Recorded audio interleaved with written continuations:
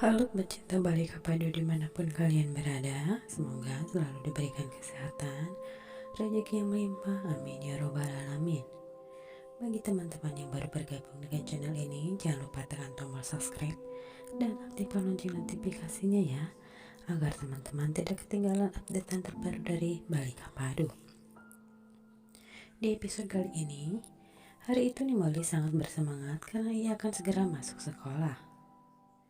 Saat itu Nimboli berkata, "Ibu, pekerjaan rumahku sudah selesai, bolehkah aku berangkat sekolah?" "Tidak Nimboli, pekerjaan yang lain belum selesai, jadi kau belum bisa pergi," ujar Harki. Nimboli kecewa dan bersedih saat itu. "Pergilah nak, biar aku yang akan menyelesaikan tugas itu," ujar Bibi Disa pada Nimboli. Lalu sesampainya di sekolah, Nimboli bertanya, "Kenapa kita harus sekolah di kuil?" Ia bertanya pada seorang gurunya. "Untuk sementara kita belajar di sini nak, karena sekolah kita sedang dalam perbaikan." Lalu guru memulai pelajaran di hari pertama sekolahnya. Guru pun menyuruh semua siswa untuk mengeluarkan buku mereka. Tapi di sana Nimboli bersedih karena ia tak mempunyai buku tulis. "Di mana bukumu nak?" "Aku tak mempunyai buku. Aku hanya membawa sebuah pensil saja, Pak." "Baiklah, aku akan memberikan buku ini untukmu." "Terima kasih, Pak," ujar Nimboli yang sangat senang saat itu. Lalu di sisi lain, Manu melihat Adi sedang bermain game dengan Jagdis. Ia sekarang tersadar kalau ucapan Gangga dan Jagdis tentang Ratan yang dulunya penjahat itu benar. Ia tak bisa bersama dengan Puja karena usianya belum genap 18 tahun.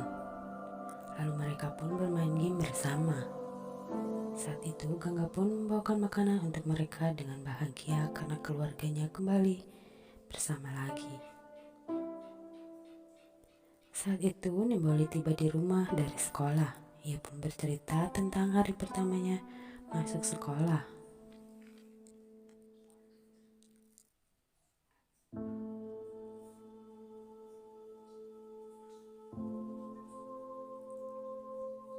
"Ini aku bawakan hadiah untuk kakak," ujar Nimboli pada Urmila.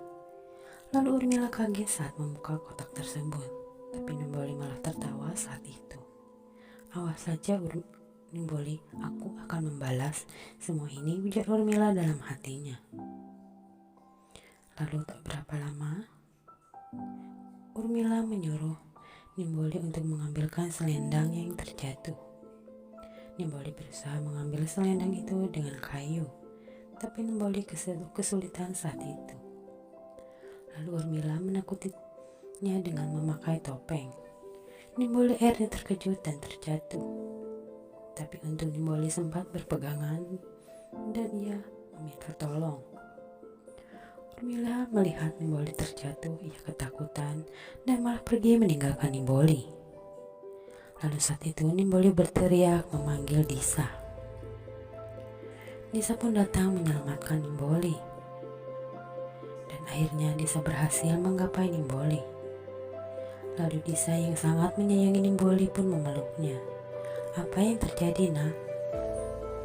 Tahukah kau, aku tak ingin kehilanganmu." Lalu Disa membawa Nimboli ke kamar saat itu. Nimboli pun masih terlihat syok. Tak berapa lama, Nimboli Harki memanggilnya. "Tahukah kau, Nimboli masih syok karena ia hampir terjatuh dari atas balkon," ujar Disa. "Aku tak peduli, aku ingin kau menuruti permintaanku," ujar Harki yang tak percaya pada perkataan Disa. "Baiklah ibu," ujar Nimboli yang masih ketakutan. "Tidak nak, biar aku yang akan mengerjakan pekerjaan itu, kau istirahat saja," ujar Disa.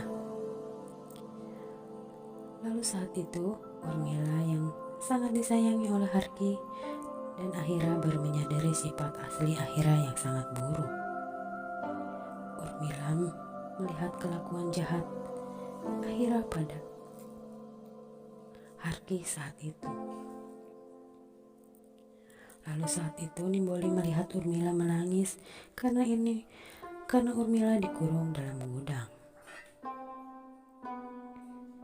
Nimboli pun akhirnya menemani Urmila di luar gudang. Lalu Urmila beralibi pingsan dan akhirnya pun tidak ada yang menghukum Nimboli. Urmila akan membela Nimboli saat ini karena Nimboli selalu berbuat baik padanya. Di sisi lain, Puja mengajak Manu bertemu dan menunjukkan hasil tes kehamilan. "Apa ini?" ujar Manu. "Apakah kau hamil, Puja?" "Baik, kalau begitu kita pergi saja ke dokter," ujar Manu. Puja hanya menangis saat itu. "Tenanglah Puja, semua akan baik-baik saja. Kau jangan khawatir." Lalu saat itu Nimboli sedang beres-beres dan ia menemukan baju di masa lalunya. "Ini milik siapa, Bibi?" Nisa pun terkejut dan mengingat masa lalu di mana Ahira yang akan menghabisi Nimboli saat itu. "Bukan nak, itu milik kakak Kamli. Simpanlah kembali pakaian itu."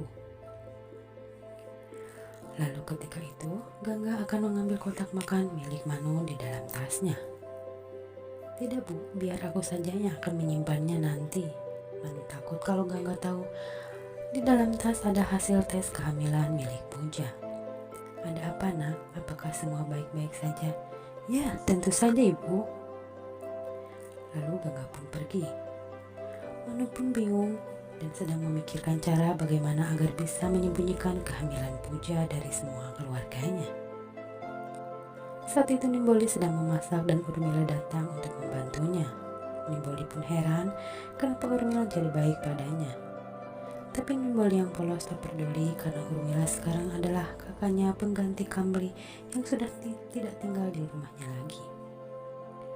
Lalu di rumah sakit, Manu mengambil hasil tes dari lab. Manu membuka dan membacanya. Sontak mereka pun terkejut karena Puja benar-benar hamil. "Apa yang harus kita lakukan?" Puja pun menangis saat itu. "Satu-satunya cara tentang masalah ini, kita harus menggugurkan kandunganmu, Puja." Lalu Puja pun tegang dan ketakutan mendengar perkataan Manu. Lalu di tempat lain, keluarga Ahira sedang memeriksa Urmila di tabib karena Urmila mual-mual saat itu. Semua sempat menyalahkan kesalahannya pada Nimboli. Lalu tabib itu keluar dan berkata kalau Urmila sedang hamil. Ahira dan Harki terlihat bahagia dan memberikan beratnya untuk Gundan. Sedangkan Nimboli hanya tersenyum saat itu. Terima kasih telah menyaksikan sinopsis Balika Padu kali ini. Nantikan episode-episode yang makin seru. Channel ini mohon undur diri.